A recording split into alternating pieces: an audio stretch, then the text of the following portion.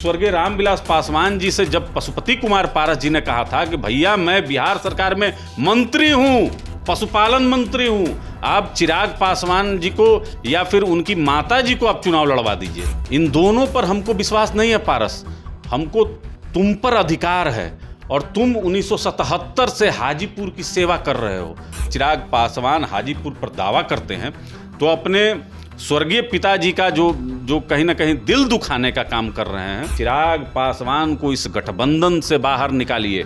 ये एनडीए में रहकर इंडिया गठबंधन के लिए काम कर रहे हैं। कोई एनडीए के नेता इस तरीके से मंच पर बोल सकता है? नीतीश कुमार जी के बारे में आपने सिर्फ नहीं कहा है, आपने देश के यशस्वी प्रधानमंत्री जी के भी बारे में कहा है। एनडीए में रहकर एनडीए के सम्मानित नेता का विरोध, इसका मतलब कि संपूर्ण एनडीए का विरोध है।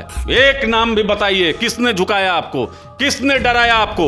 और आप शेर का बेटा है तो कोई यहाँ गीदड़ का बेटा है का? चिराग पासवान एक छुटभैया नेता हैं जो बार बार जमानत होने के बाद भी लज्जा उनको नहीं आती है। हमारे नेता ने स्पष्ट कह दिया है उदित भाई कि जब तक राजनीति में जीवित रहूंगा तब तक हाजीपुर की सेवा करूंगा और जब तक राजनीति करता रहूंगा एनडीए में रहूंगा। नमस्कार, स्वागत है आप सभी का। तो बिहार टॉप में मेरा नाम उदित तारण है। चंदन सिंह हमारे साथ मौजूद हैं, राष्ट्रीय लोक जनशक्ति पार्टी के मुख्य प्रवक्ता हैं। हमारे सवाल लोकसभा को लेकर होंगे, लोकसभा में सीट शेयरिंग को लेकर होगा और कल चिराग पासवान ने जो बयान दिया है वैशाली के साहेबगंज के मैदान में, उस पर भी हमारा सवाल होगा। चंदन जी, पहला सवाल तो हमारा, दिल्ली से आप लौटे हैं, कई दिन आप दिल्ली में रहे, सीट शेयरिंग को लेकर क्या आश्वासन दिया गया है? ईमानदारी से बताइएगा, जो आश्वासन दिया गया है क्या उस पर बीजेपी खड़ी उतरेगी? विश्वास है आप लोगों को? देखिए उदित जी, देश में एनडीए के 39 गठबंधन के सहयोगी हैं और यहाँ पर बिहार के संदर्भ में अगर आप देखिए तो 2014 से ही भारतीय जनता पार्टी के ऑल वेदर फ्रेंड हम लोग हैं। अब चुनावी वर्ष है तो यहाँ पर जो भारतीय जनता पार्टी के राष्ट्रीय अध्यक्ष हैं आदरणीय जेपी नड्डा जी, हमारे सभी सांसदों ने नड्डा जी से मुलाकात की। फिजिकल परेड हो गया कि हमारे पास इतने सांसद हैं, अब हमारा उतना सीट बनता है। हमने अपना जो आग्रह है वह उनको सभी लोग थे, चंदन सिंह, महबूब कैसर, सभी लोग थे। बीना देवी जी उसमें नहीं थी। तो 4 सांसद हमारे साथ में हैं और हमको भारतीय जनता पार्टी की तरफ से आश्वासन भी मिल गया कि बिल्कुल इसको कंसीडर किया जाएगा। अब मतलब कंटिन्यू करेंगे वो सांसद? जी बिल्कुल, भारतीय जनता पार्टी की तरफ से ये स्पष्ट हो गया है और पूरा संकेत हमको मिल गया है कि हमारे सभी सांसद कंटिन्यू करेंगे। तो हमारे सभी सांसद अपने अपने क्षेत्र में लगे हुए हैं। तो भारतीय जनता पार्टी, देखिए, गठबंधन के सहयोगियों का जो मान सम्मान है वह बढ़ाने का काम करती है। उदित जी, आपने देखा होगा कि देश के यशस्वी प्रधानमंत्री आदरणीय नरेंद्र मोदी जी जब औरंगाबाद में थे तो हमारे नेता आदरणीय पशुपति कुमार पारस जी उस सभा में थे, आदरणीय प्रिंस राज जी थे और माननीय, अच्छी केमिस्ट्री दिखी थी मंच पे। नहीं बिल्कुल, देखिए हमारे नेता का बराबर सम्मान माननीय प्रधानमंत्री जी करते हैं। और आपको याद होगा कि स्वर्गीय रामविलास पासवान जी के देहांत के बाद माननीय प्रधानमंत्री जी ने जो प्रपत्र लिखा था उसमें भी अपने मित्र कह के संबोधित किया था। तो एक मित्रवत संबंध भी था और उनकी विरासत को केंद्र में भी कैबिनेट में आदरणीय पशुपति कुमार पारस जी ने निभाने का काम किया है। तो हम लोग तो आश्वस्त हैं और हमारे कार्यकर्ता अपने अपने क्षेत्र में लगे। हाजीपुर लड़ रहे हैं पशुपति कुमार पारस जी, हाजीपुर को लेकर पूरा बिहार छोड़िए, झारखंड, यूपी में भी अब चर्चा हो रही है। देखिए, ये इस पवित्र धरती को, हाजीपुर की पवित्र धरती को एक विवादित धरती बनाने का प्रयास किया गया है। इस लोकसभा में अतिक्रमण करने का प्रयास किया गया है। कौन कर रहा है अतिक्रमण? स्वर्गीय रामविलास पासवान जी की खींची हुई लकीर को मिटाने का प्रयास किया गया है।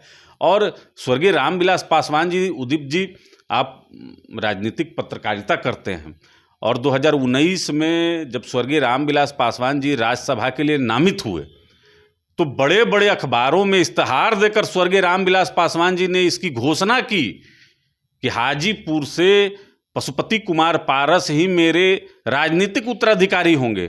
उनको बजाबते चुनाव लड़ाकर सदन पहुंचाने का काम स्वर्गीय रामविलास पासवान जी ने किया। यह किसी से छिपा हुआ बात नहीं है कि घर के बंद कमरे में कोई बात हो गई हो और जिससे जनता अनभिज्ञ हो।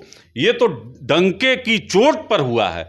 लेकिन उसके बाद अगर चिराग पासवान हाजीपुर पर दावा करते हैं तो अपने स्वर्गीय पिताजी का जो कहीं ना कहीं दिल दुखाने का काम कर रहे हैं और उनकी खींची हुई लकीर को मिटाने का काम चिराग पासवान कर रहे हैं। तो हम लोग तो स्वर्गीय रामविलास पासवान जी के विचारधारा पर चलने वाले लोग हैं। और मैं आपको एक बात बता दूं कि स्वर्गीय रामविलास पासवान जी से जब पशुपति कुमार पारस जी ने कहा था कि भैया मैं बिहार सरकार में मंत्री हूं, पशुपालन मंत्री हूं, आप चिराग पासवान जी को या फिर उनकी माता जी को आप चुनाव लड़वा दीजिए, तब स्वर्गीय रामविलास पासवान जी ने कहा था उस समय कि इन दोनों पर हमको विश्वास नहीं है पारस, हमको ये बड़ी बात आप कह रहे हैं। हाँ, इन दोनों पर हमको विश्वास नहीं है पारस, हमको तुम पर अधिकार है और तुम 1977 से हाजीपुर की सेवा कर रहे हो। चूंकि रामविलास पासवान जी तो सांसद बनने के बाद दिल्ली में उनका राजनीति होता था और यहाँ जनता जनार्दन का जो काम होता था वह आदरणीय पशुपति कुमार पारस जी करते थे। वो कोई भी योजना हो, कहीं भी न्योता हकारी हो या मरनी जीनी हो, वो सब आदरणीय पशुपति कुमार पारस जी ने किया। इसी फलस्वरूप यानी आप कह सकते हैं कि पशुपति कुमार पारस जी इस समय में भरत की तरह खड़ाऊं रखकर हाजीपुर की सेवा कर रहे हैं। और हमारे नेता ने स्पष्ट कह दिया है उदित भाई कि जब तक राजनीति में जीवित रहूंगा तब तक हाजीपुर की सेवा करूंगा और जब तक राजनीति करता रहूंगा एनडीए में रहूंगा। तो हम लोग तो कहीं कभी गए नहीं, माननीय प्रधानमंत्री जी के छत्र छाया में रहे और वो उन्होंने भी हमारा पूरा संरक्षण किया और सम्मान दिया। हमारे नेता को केंद्रीय मंत्री बनाकर जो उन्होंने एक सम्मान बढ़ाया, उसके लिए तो हम कृतज्ञ हैं माननीय प्रधानमंत्री जी का। तो यहाँ कोई प्रश्न नहीं है दूर दूर तक कि हाजीपुर को लेकर कोई कन्फ्यूजन नहीं है। हाँ, कुछ मीडिया के साथी हैं, चलाते हैं, व्यूज़ आता है, वो उनका विषय है। लेकिन हाजीपुर में स्वर्गीय रामविलास पासवान जी की जो आत्मा है उसको पशुपति कुमार पारस जी ही आप समझ लीजिए कि सेवा कर रहे हैं और वहाँ जन जन तक जो उनके विचार को उन्होंने फैलाया है। तो इस पर तो कोई कल मुजफ्फरपुर के साहेबगंज में चिराग जो बोले हैं सुना ही होंगे आप लोग, जनता से अलायंस है उनका। इस बात से आप लोगों को खुशी भी मिली होगी कि अब हो सकता है एनडीए से बाहर हो जाए चिराग। आप लोग तो भाई इस तरह का दुश्मनी है तो चाह ही रहे होंगे। किस तरह से देख रही है पार्टी आपकी उस बयान को? तो जनता से अलायंस इनका आज हुआ है, पहले नहीं था। कुशेश्वर स्थान और तारापुर में लड़े जमानत जब्त हुआ तो जनता से अलायंस नहीं था। विधान परिषद की 6 सीटों पर जमानत जब्त हुआ तो जनता से अलायंस नहीं था। हाजीपुर में परिषद का प्रत्याशी तक नहीं मिला, राष्ट्रीय जनता दल को जाकर समर्थन देना पड़ा, तो उस समय जनता से अलायंस नहीं था। राघोपुर में चल गए तेजस्वी प्रसाद यादव के खिलाफ एक प्रत्याशी देकर एनडीए के वोट का बिखराव कर दिए, उस समय जनता का अलायंस नहीं था। देखिए, गुड़ भी खाइएगा और गुलगुले से भी परहेज कीजिएगा, ये नहीं चलेगा। एनडीए में रहकर एनडीए के सम्मानित नेता का विरोध, इसका मतलब कि संपूर्ण एनडीए का विरोध है। नीतीश कुमार जी के बारे में आपने सिर्फ नहीं कहा है, आपने देश के यशस्वी प्रधानमंत्री जी के भी बारे में कहा है। अभी 3 सभा बिहार में हुआ, औरंगाबाद, बेगूसराय और बेतिया, वहाँ भी सभा हुआ और माननीय प्रधानमंत्री जी ने हजारों करोड़ का जो योजना बिहार को दिया, जिसका लोकार्पण किया, जिसका शुभारंभ किया और विकसित बिहार का संकल्प, यानी आप माननीय प्रधानमंत्री को चैलेंज कर रहे हैं। तो दिया हो के सूर्य को आप दिखा रहे हैं, मतलब आंख दिखाना इसको कहते हैं। उदित भाई, आपके माध्यम से कई बार मैंने एनडीए के बड़े नेताओं से आग्रह किया है कि चिराग पासवान को इस गठबंधन से बाहर निकालिए। ये एनडीए में रहकर इंडिया गठबंधन के लिए काम कर रहे हैं। कोई एनडीए के नेता इस तरीके से मंच पर बोल सकता है कि झुकूंगा नहीं, टूटूंगा नहीं? कौन झुका रहा है आपको? एक नाम भी बताइए, किसने झुकाया आपको, किसने डराया आपको? और आप शेर का बेटा है तो कोई यहां गीदड़ का बेटा है का? कोई है गीदड़ का बेटा? आपसे डरता है कोई का? अरे आप अगर धमकाने का प्रयास कीजिएगा तो मुंह तोड़ जवाब दिया जाएगा। चिराग पासवान एक छुटभइये नेता हैं, जो बार बार जमानत होने के बाद भी लज्जा उनको नहीं आती है कि हर जगह, अभी तो गए थे नवदीप भाई मध्य प्रदेश और राजस्थान में 10 सीट पे लड़े चुनाव, नोटा से भी चुनाव हार गए।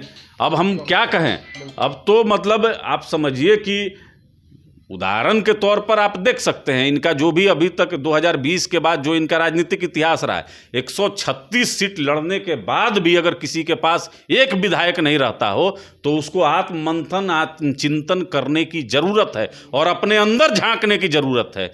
ये जितना चॉकलेट बटोरने का खेल खेल रहे हैं इस सबका पर्दाफाश करेंगे हम लोग। चलिए, तो चंदन सिंह से हमारी बातचीत हुई। तलखी कम नहीं है ना तो पशुपति कुमार पारस में, और कल मंच पर भी चिराग पासवान ने सीधे तरीके से नीतीश कुमार हो या पारस खेमा हो सभी पर हमला किया है। साफ कहा है कि हमारा अलायंस जो है वो बिहार की जनता से है, बिहार फर्स्ट, बिहारी फर्स्ट के स्लोगन को दोहराते रहे चिराग।